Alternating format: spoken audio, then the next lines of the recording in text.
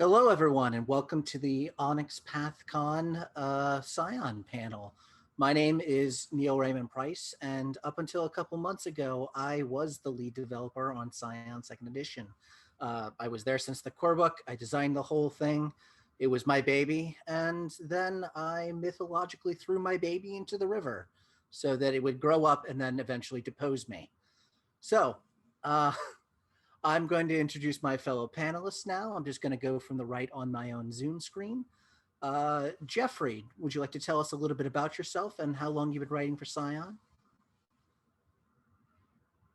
Remember to unmute. Hi, I'm Geoffrey Mcveigh.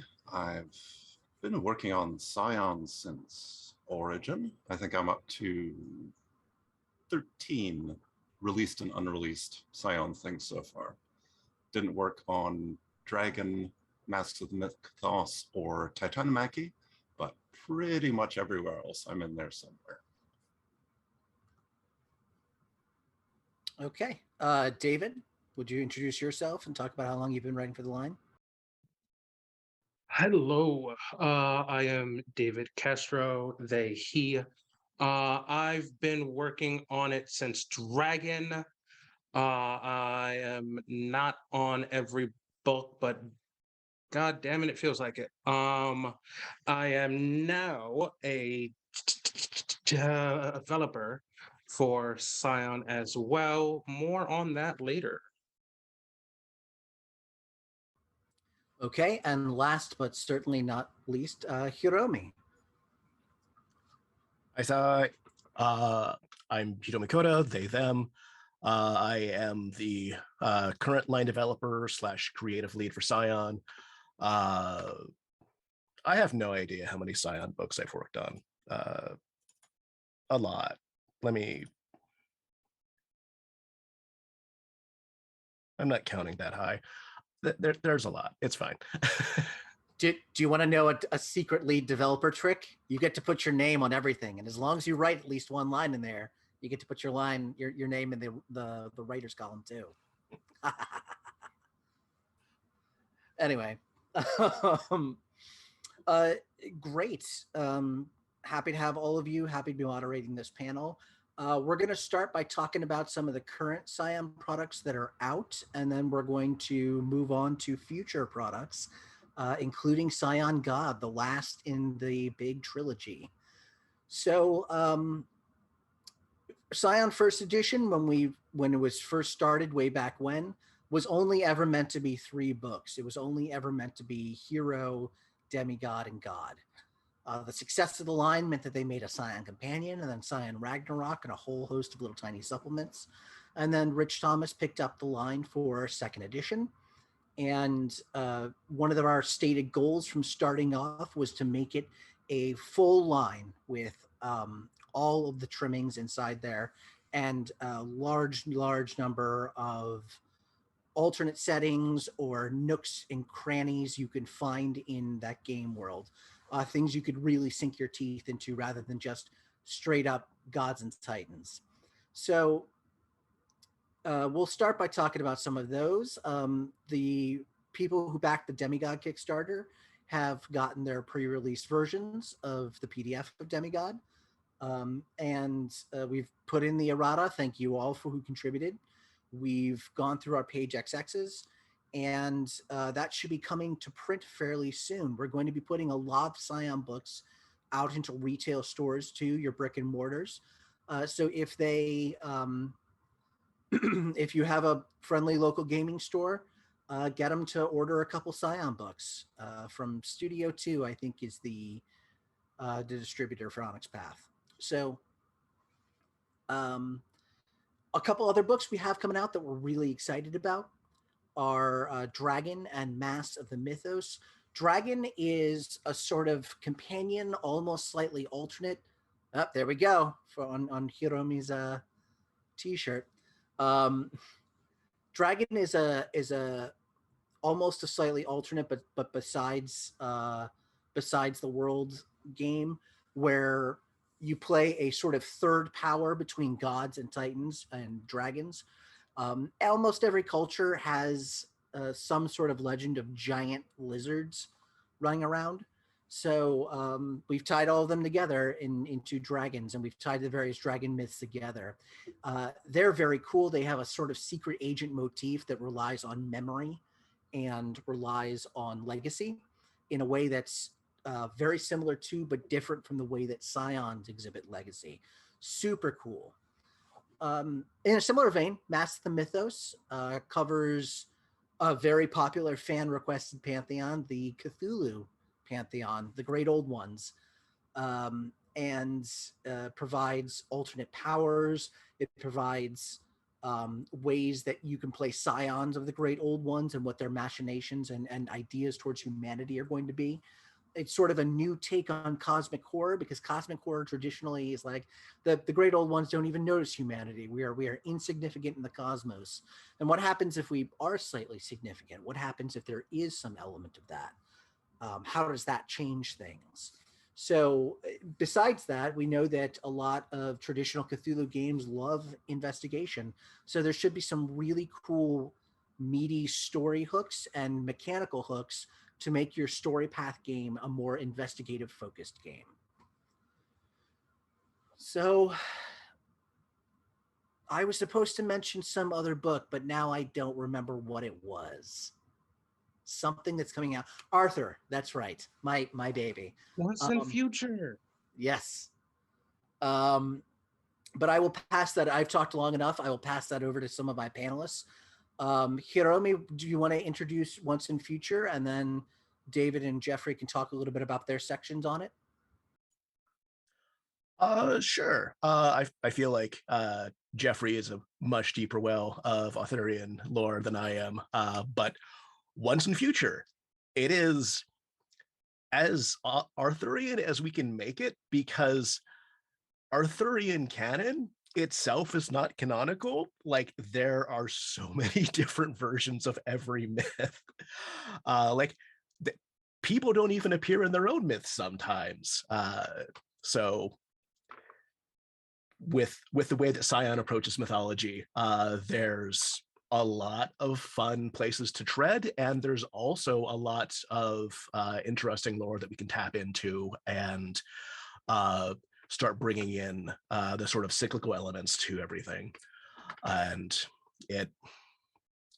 there's a lot of fun stuff in there. If you like Arthurian legend, there is more than one thing in there for you. It's a fertile ground of fun.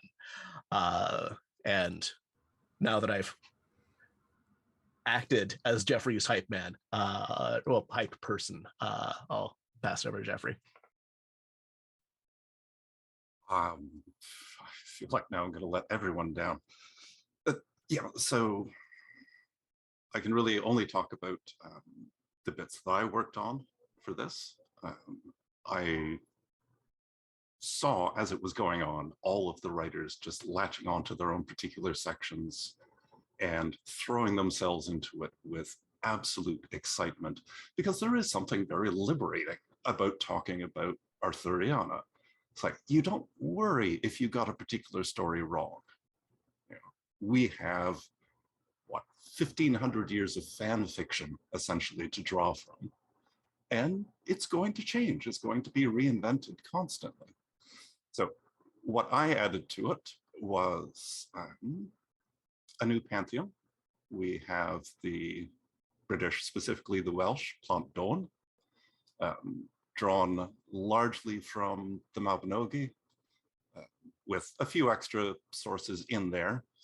Not a lot of source material. Should make it easy for anyone to figure out just what figures are going to be included. Other little piece that I did for it that's applicable even if you're not doing specifically Arthurian games, some expanded rules for large-scale politics. You want to take over the world? Here's how. And also an alternate, not quite apotheosis path. If you want to play a story that echoes one of the ideas that we have going in Once in Future, that Camelot is something that is constantly rising and falling, and the same sorts of figures, not necessarily the same people, are getting swept up in that story again and again. So there's a way to create a kind of, say, stable loop where you never quite make it to divinity and you just continue to go back to an earlier spot in your own story. I think that can be fun for anyone. So yes, what else can I say? I think it was Spider who did most of the bestiary for most of the antagonists section, or at least much of it. Fun creatures all around. You might not be able to say most of their names, but they are very fun. So yeah, and that is very true about my entire experience on Once and Future. Can barely say any of the words I wrote. It's great. So my bit of it was I did the Hira Incognita. I did a lot. I especially focused on Camelot, Avalon, the Green Chapel, spots like that. And yeah, part of that cyclical nature thing, at least in the version of Camelot I wrote, is that it shows the different versions of the person that had the mantle of Arthur before you. It has like satellite dishes next to old cannons because that was there are modern versions of Arthur next to more ancient ones, and I feel like that was super interesting for me, especially when we wrote this. It came out about the same time as like the Green Knight did, so that was fun. Yeah. Somewhere at the mention of a Welsh pantheon, somewhere my paternal Apris ancestor is smiling. Yay, Wales. Go Wales, the country within a country. And actually, David, it's really interesting that you mention the more modernization of Arthur and the more modernization of mythology.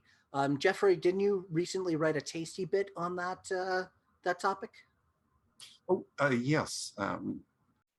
Yeah, it's turned in, and will probably, because these things are short, speed along fairly quickly. I will warn people in advance, although I do really want you to buy it. It's a little bit academic. I mean, I didn't put footnotes in it, but I so wanted to.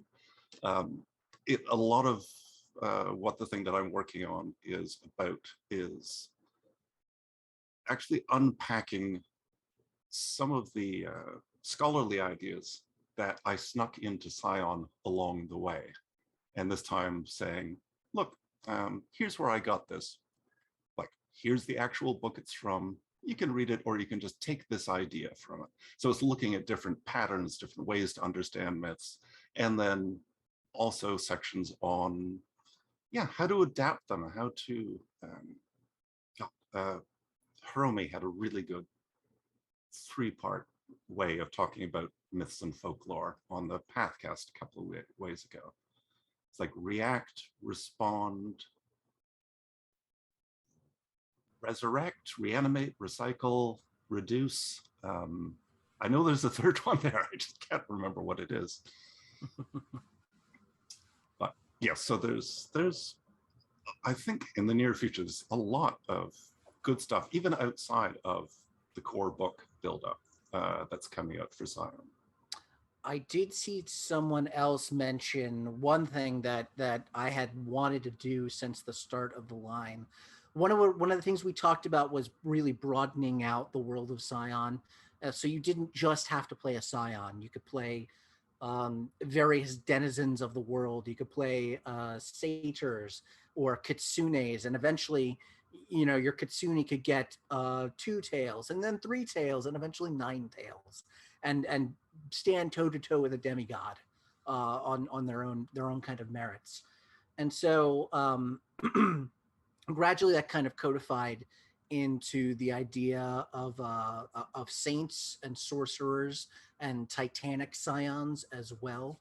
And I believe all three of you actually worked on Saints and Monsters. Am I correct in that? Okay.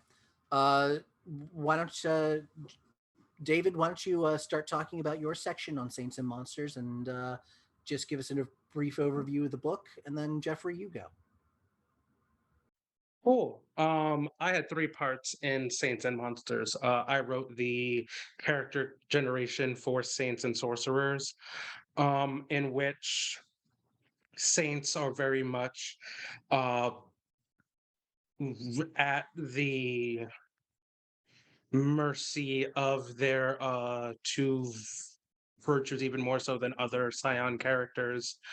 And sorcerers sort of are a part of pantheons, but not quite divine.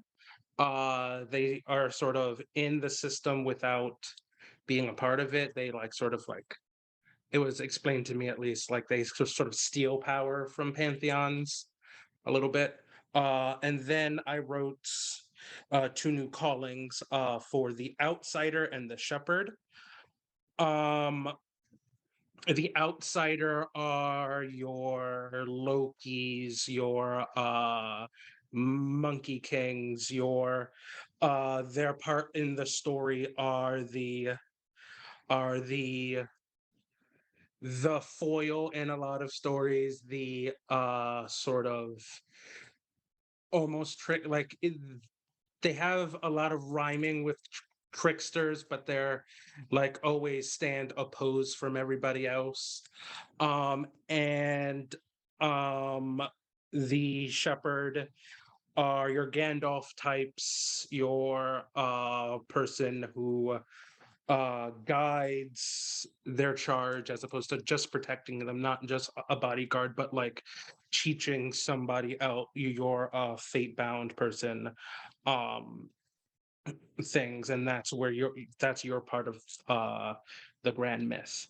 And then I wrote about how to incorporate paths and callings, not unlike how Trinity does it. I wrote a new way to cast aside and gain new callings outside of just doing the appropriate deeds. And yeah, the Saints and Monsters seems to be a very cool book for alternate play styles, people who like to play, like not just go for the main thing, and I like that a lot about it.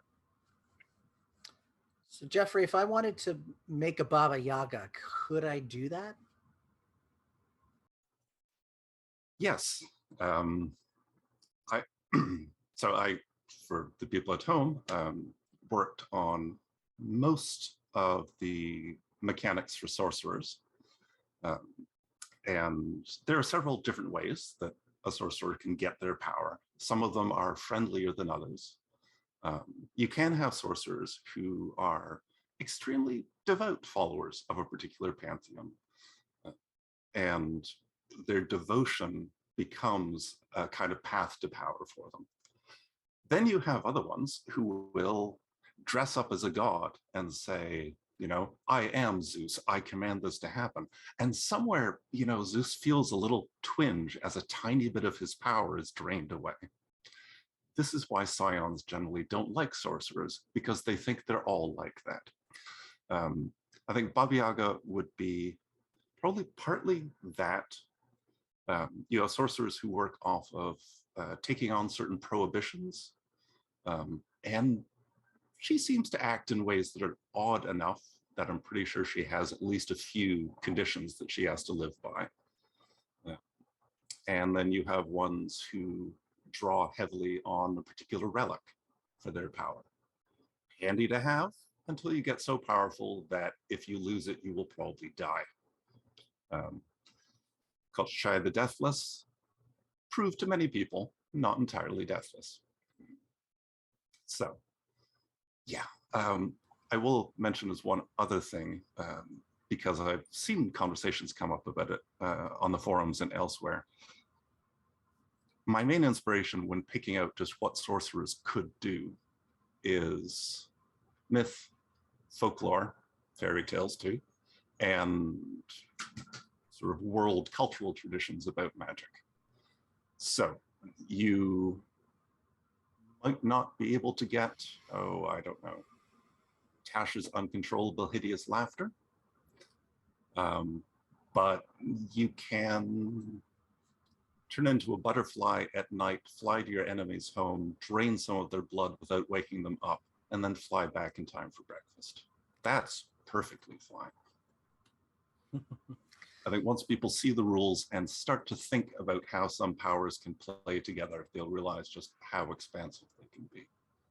I remember you and I talking about sorcerers and talking about my ideas for them at the very start of the game line, way back in the origin days, in the pre-origin days, in fact. And for those who don't know, Scion itself was based off of American gods originally. Scion Second Edition is much more the wicked and the divine than American gods, but it still uses a lot of literature about divinity as touchstones. And one of my favorite novels actually growing up was a novel by Orson Scott Card. Don't recommend him for his politics, but I do like his prose. And it was called Enchantment, and it was about someone who falls back in time to ancient Ukraine, basically, and about Baba Yaga, who has enslaved a god of winter, basically, and she just constantly drains his power and is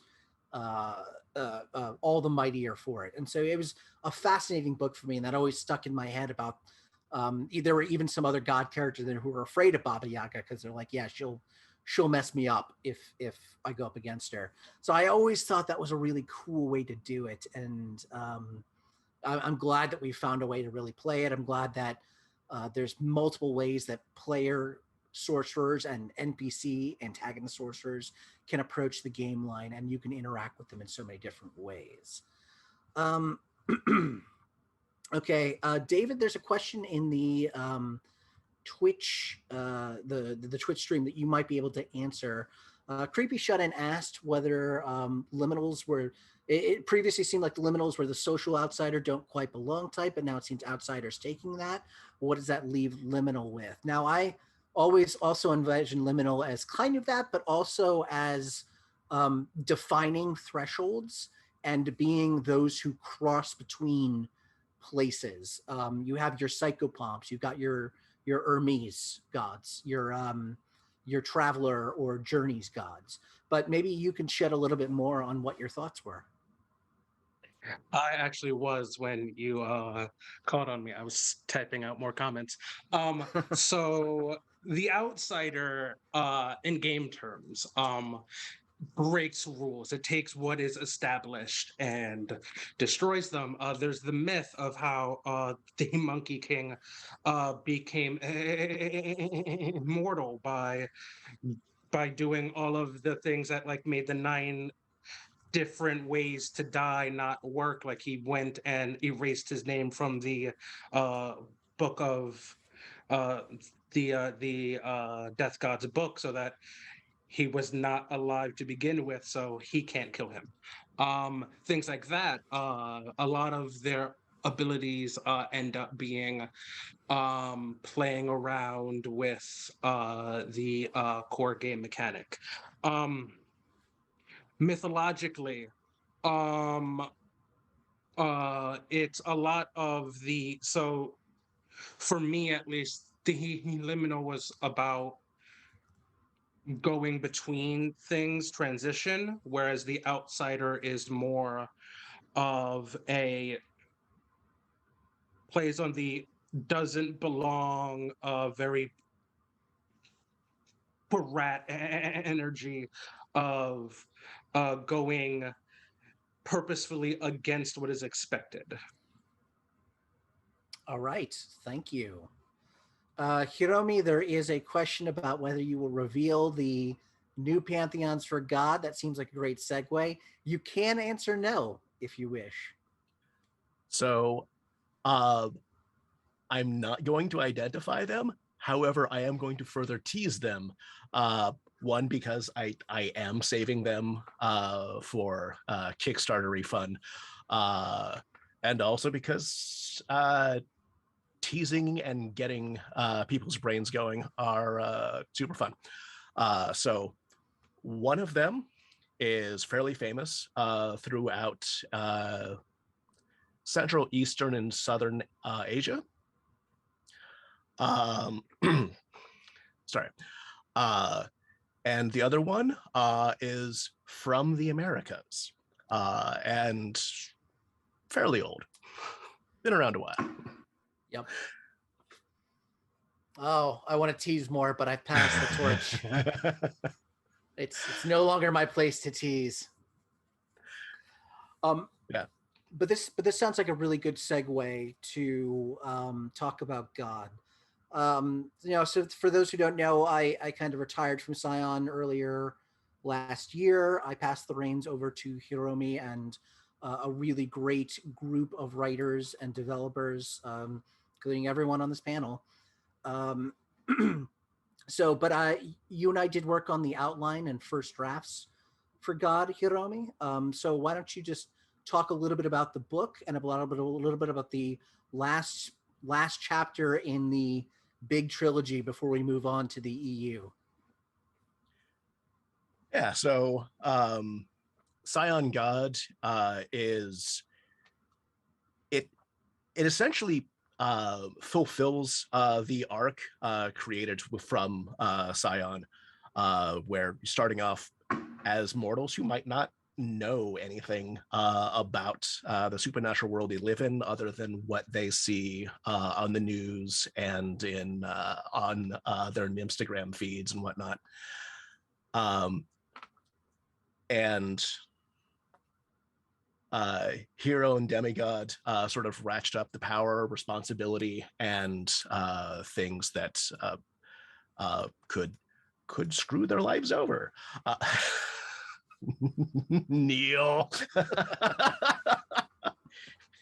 You know who else shared their divinity to It's true. Now we're gonna get Zeus pastor groups. Anyways, because we're talking about divinity inside Scion God at that kind of level, there's a lot of things, a lot of issues that can drop out. Like Scion God is dealing with a huge chunk of freedom for players. So players could create their own realm. You kind of have to a certain extent. Greetings, Raiders. Hi.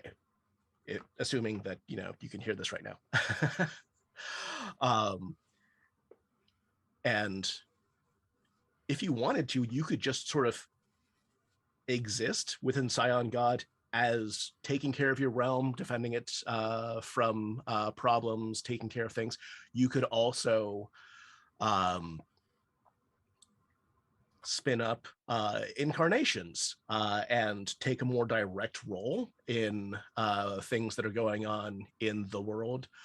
And you can also manage your cults and religions. What's the difference between a cult and a religion? Depends. It's a good question. And by exerting sort of authority within the earth, within the world, you have this completely different sort of realm of socio-political issues. And like it doesn't play like anything that we've seen in Scion so far. There's just gobs of possibilities, and it's very much its own kind of thing. We're also bringing in 5 new pantheons, 2 of which I've teased but have not spoiled.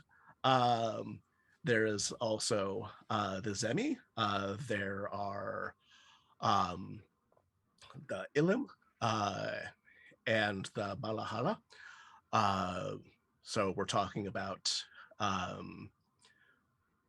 Actually, you know what? I was going to start getting into slight amount of depth with those pantheons, but since the author of the Zemi chapter is here or section is here, I'm just gonna pass it over to David. Curses foiled again. Now I have to say words. Yeah, so I wrote the semi of the Taino, who are a Arawak derived native people. They come from South America, and they transported themselves over to such islands as Hispaniola, Cuba, Puerto Rico, Jamaica, and other smaller items as well. They are the people who were there before Columbus got there. The only documentation we have of their faith is one book written by a Catholic friar who was sent by this pains me every time I say it, the glorious Admiral Don Christopher Columbus. So what I wrote is that all of these different gods of these people existed in the world, and because their creation myth is that everybody else in the world, so there are two caves, our cave and then the cave of everyone else. And everybody came from these caves, but we came from this cave, the cave that matters, and everybody else came from the cave that doesn't matter. And that's sort of how they existed in the world this whole time, was for the majority of their existence, the Zemi only cared about the Taino, didn't care about what was happening out there, because they were of those people, and those gods were all of that cave as well. They didn't matter. And so the Titan, this goddess of destruction, found Christopher Columbus adrift, lost in the Atlantic, having tried to do something he had no right doing, and sort of shot him at the islands, not unlike a crossbow bolt, and then the rest is history. I see a question here about them, about their specific purview. Their specific purview, if memory connects, is that they can sort of, I actually forget what their purview was. I feel bad. Help, come save me. Hiromi, come save me. Hiromi is going to come save you. But let me just talk a little bit about my own feelings and my own kind of idea for Scion. So when Origin Hero were first published, there was a pushback on a Facebook group, and I remember this criticism very sharply. Someone accused us of glorifying imperialism and glorifying colonization, and I took that personally, as the Michael Jordan meme says. And so, I spent a lot of energy going to writers and doing the research and running our writing by folks who are indigenous, folks who are natives, making sure that their story was being told in Scion. And, I didn't codify it until I actually pushed back against this argument, but I was like, Scion's not an anti-colonialist book, and it's not a post-colonialist one. I believe it's more of a decolonialist book. And what I mean by the difference between the three is anti sort of like pushes back directly against it. A Coyote and Crow, a very fabulous role-playing game, is something I would characterize as explicitly anti-colonialist because it envisions an indigenous Native American society that was never colonized, was never touched. Um, and it's not post-colonial because it's not just simply a catalog of the damage that colonialism has done. Instead, it's an attempt to kind of recognize that colonialism happened and it had a dramatic effect, but also that story of healing from trauma, of dealing with it, of incorporating it is as important to the people still living as their as anything else. It's maybe I don't want to speak for them. I don't want to say it's more important or as important, but it is an important aspect to that story. So I do emphasize, decolonial book. I definitely wanted to make it not that Columbus didn't come and everything that created what the Americas is now didn't happen. It definitely happened. And I wanted to make it so that it was important to the story of the Zemi and the Taino today, because Scion is a game in which all of these faiths still exist, never went away. We found the purview. The purview of these Zemi is the Bihique. It's that's the word for shaman. And shaman medicine person. What they do is they can basically be inhabited by semi and act as their speakers on the world. What it does mechanically, your innate power is that you are keenly attuned to the flow of miraculous energy in the world. Once per scene, you can ask a question of a god, scion, spirit, or other legend-based character in the scene. And if you use the answer to that question in the scene, you get a +3 enhancement to the thing you're trying to do. So Very cool. We've got a couple more questions that were asked in the Twitch chat. We're going to run through them super quickly, and then we're going to talk about future books and the books y'all are working on and developing on right now that we can talk about.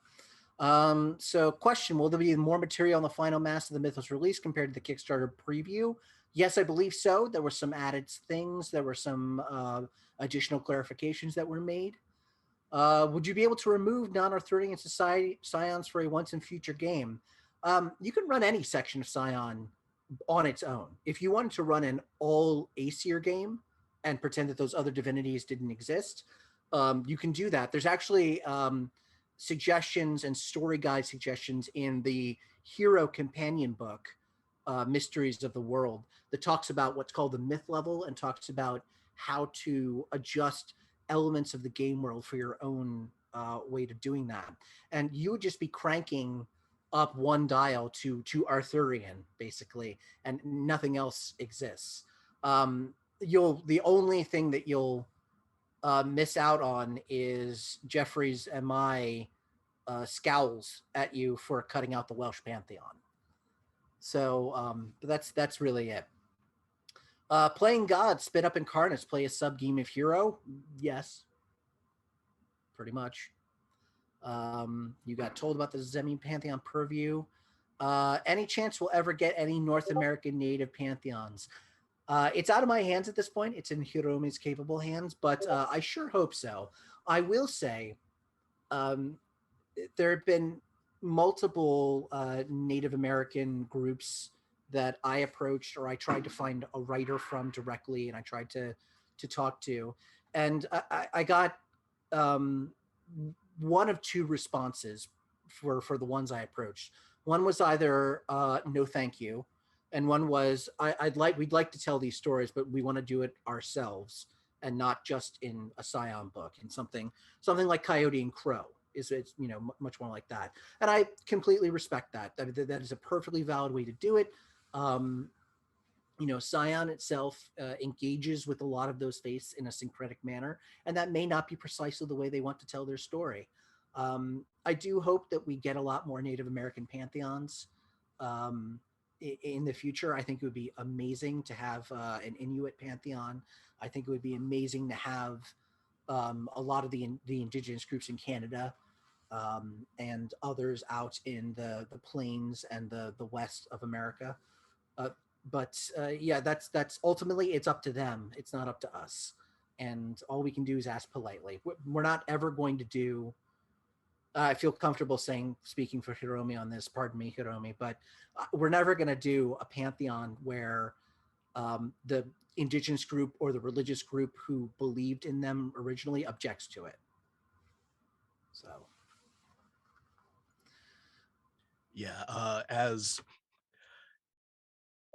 a member of an indigenous diaspora that is still fucking occupied, and whose language and culture has been directly fucking attacked by colonialism, and colonialism that attempted to erase us. I'm going to be very fucking careful about how we approach indigenous people throughout the world, lowercase world and uppercase world. However, it is very much a goal of mine to make sure that indigenous folks around the world get represented. So like, I'm damn sure going to try, but like, doing it the right way is essential. So it's a work in progress. It is definitely a thing that I want to have happen. Awesome. Well, we've got 15 minutes left. That's just enough to give sweet previews of all this cool stuff we're working on. Not me. Again, I am retired to my coastal villa. But David, you mentioned that you were newly a developer. Why don't you talk a little bit about the book that you're developing? How dare you recall things I've said on this panel earlier? So I am the developer for a little book called Path to Apotheosis. It's a series of 3 adventures at the demigod level. Where it's talking directly about apotheosis and about that part of our Scion stories. The first is you just became a demigod. You jumped out of the frying pan and into the fire. The second is that you are a established demigod in the world. You are known, and what the responsibilities for that is. And the third is you are about to transition to apotheosis, or you're about to die trying. And what that means, and what how the world is affected by such a thing. And one of our adventures in that book is written by our very own Geoffrey, and I'd love to hear him talk about it. Damn you, David. Yes, so the one that I wrote, which, if I'm remembering right, is called When the World Bared Her Teeth, is it's sort of for the middle phase of the entire apotheosis journey, which, if you remember the general roadmap for things, by the standard map, it's when things get serious and you're having to deal with the real downside of being a demigod. You know, this is sometimes the phase where people do a descent into the underworld. It's a time when people lose things that are precious to them. So this story is about what that might look like, and also involves, I think, the world's most horrifying DMV anywhere, aka the underworld of the Shen. So yeah, that's most of what I can say. I don't want to spoil anything, but I'm happy with it, and I hope it will make everybody sad. Yeah, my hell is definitely a giant bureaucracy DMV sort of thing. So yeah, that definitely hit. Hiromi, are there any other books that you're working on that you want to kind of spoil a little bit? Anything that Geoffrey and David are writing for?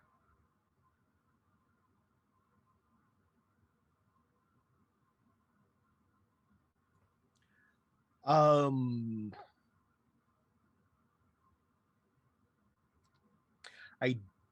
don't think these are quite ready for Okay.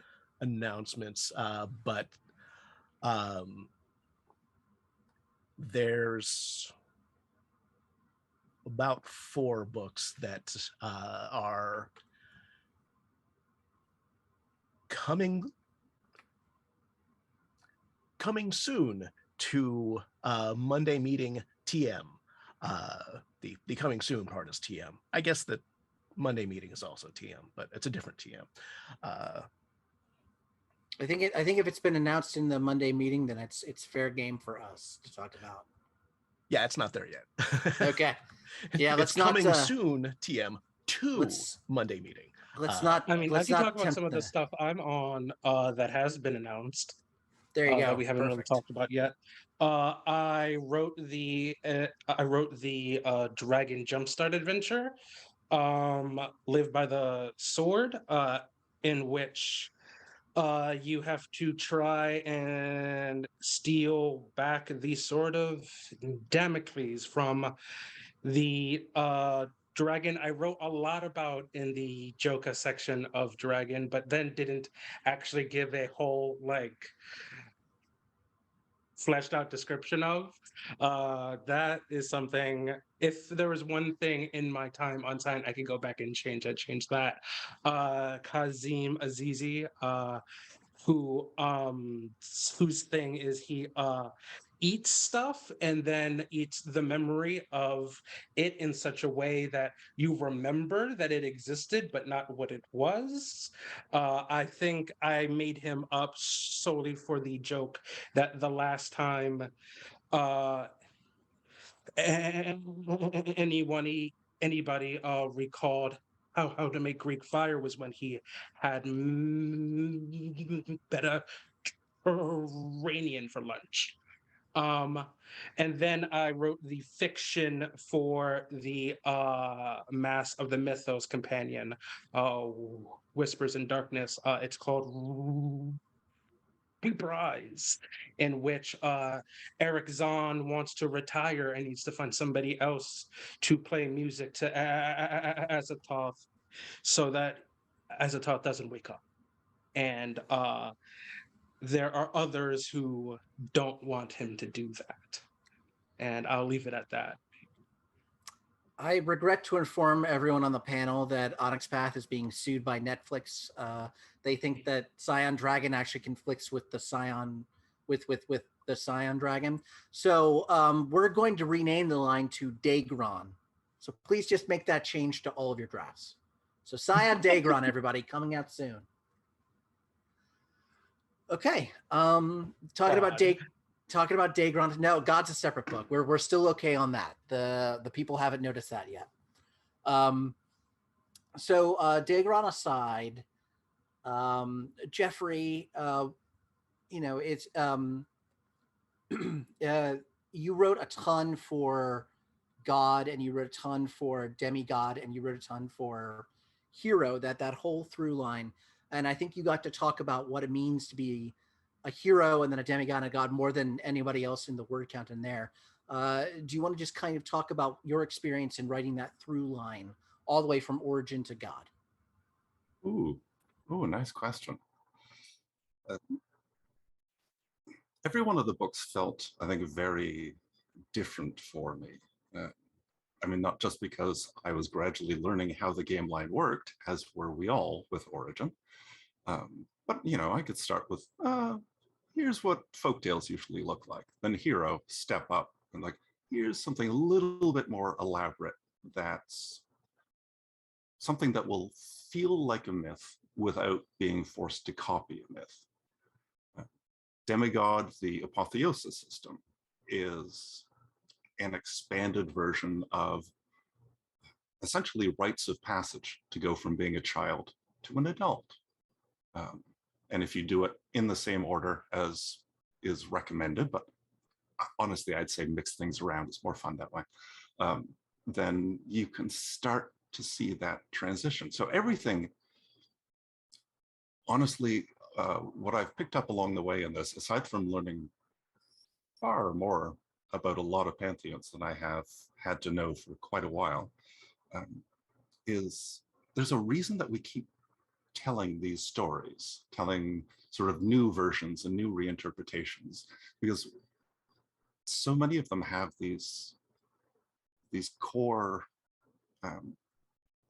elements that are ways to express what it means to be a person, what it means to be human. And a point that I have wanted to make, and I think it's in one of my sections of God, is that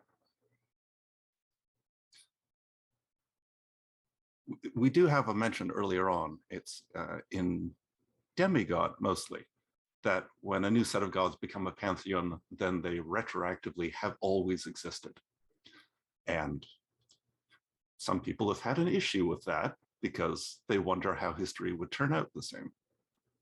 So I think the final point that I try to bring through in my parts of God are what gods do in the world is not change the world as much as give meaning to certain points in history.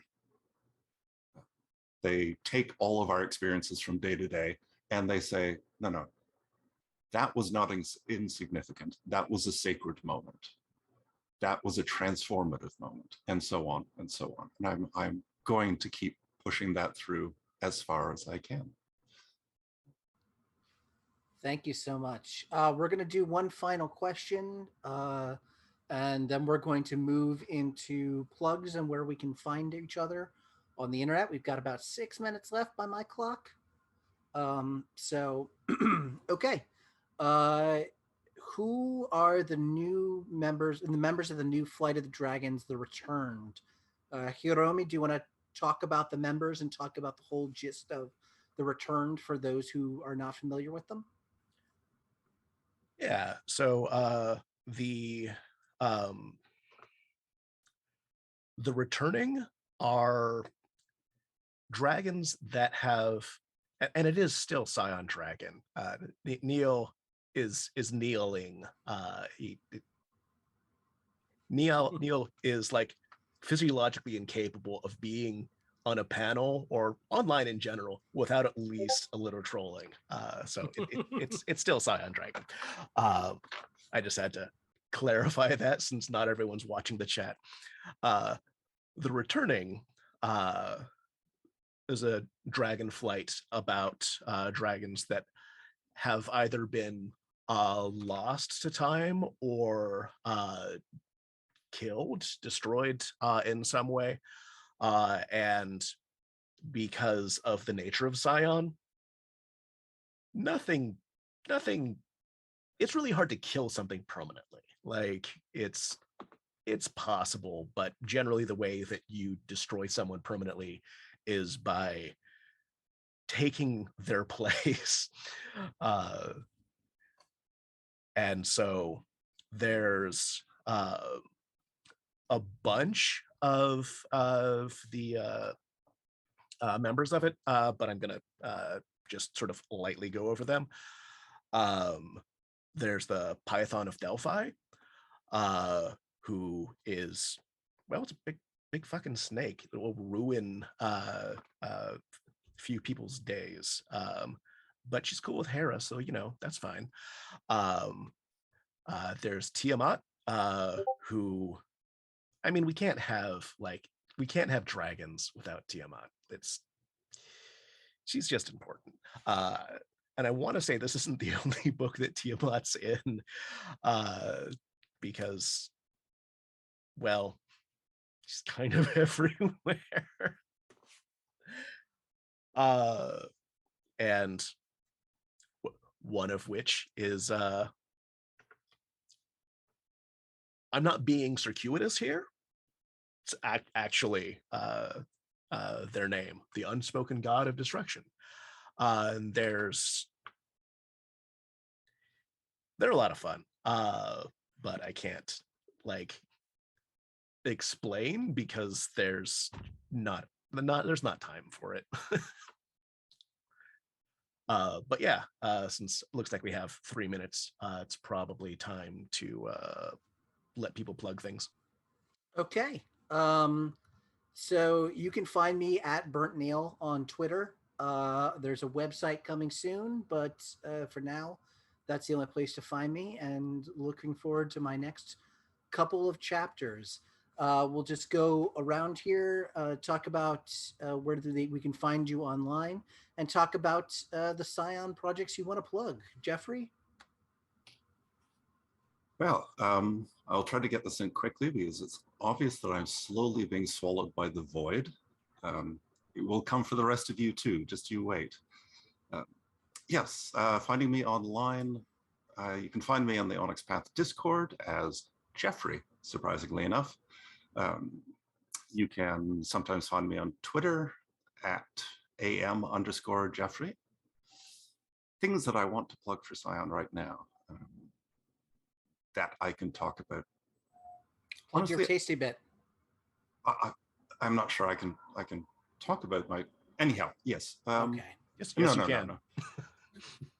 But briefly. Briefly, yes.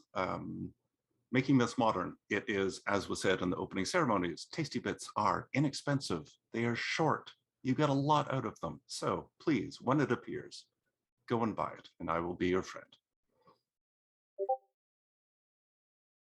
David, where can we find you online, and what do you remind everyone what book you are working on currently? So, name David Castro. He. You can find me at the Inked Night, all one word. You can find me. My website is davidcastro.net, where you can find all of my streams and games. I have to put up the actual game that we've been doing for Onyx Path up there. I haven't done that yet. I'd like to plug the Scion game that we do most weeks. It's origin level. It's fun. And Path to Apathesis, coming out relatively soon. It is in final drafts, so it should be out relatively soon. Okay, and last but not least, Hiromi. Hiromi Cota, they, them. You can find me on Twitter, and I mean, you can find me on TikTok. I just haven't made any TikToks in a while, at Hiromi Cota, which I think is here-ish. Also, hiromicota.com. I have most of my work up there. And in terms of stuff that I can plug that you can buy now, Tales of Depravity, which is a trio of adventures for They Came From Beyond the Grave. It is fantastic. You can't see Dixie, but Dixie is here, and Dixie is one of the writers for it. I was the co-developer for it. I believe this is actually my first official developer credit in a published book. So that's fun. Yeah, I think that's all I got. Okay. Before we sign off, I just want to say a quick few words. 10 years ago, I was at Gen Con, wondering whether or not I was going to stay in the industry, and I went to the What's Up with Onyx Path panel for the very first time when they announced the Onyx Path. It was the What's Up with White Wolf panel at the time. Rich Thomas mentioned that he had acquired the rights to Scion. They'd be making a second edition. And I went up to Joseph Carricker, who was the developer of it at the time. And I said, I really, really want to write on this book. And his question was, well, who are you? And so that started that way. And it's been a wild ride over 10 years. And I want to thank everyone for being on it with us and sticking with us as long as you can. I cannot wait for you to see the sort of final chapter and then where it goes after the final chapter. Thanks everyone for joining, and thanks everyone for attending Onyx Path Con. I'm Neall Price, and many worlds, one path.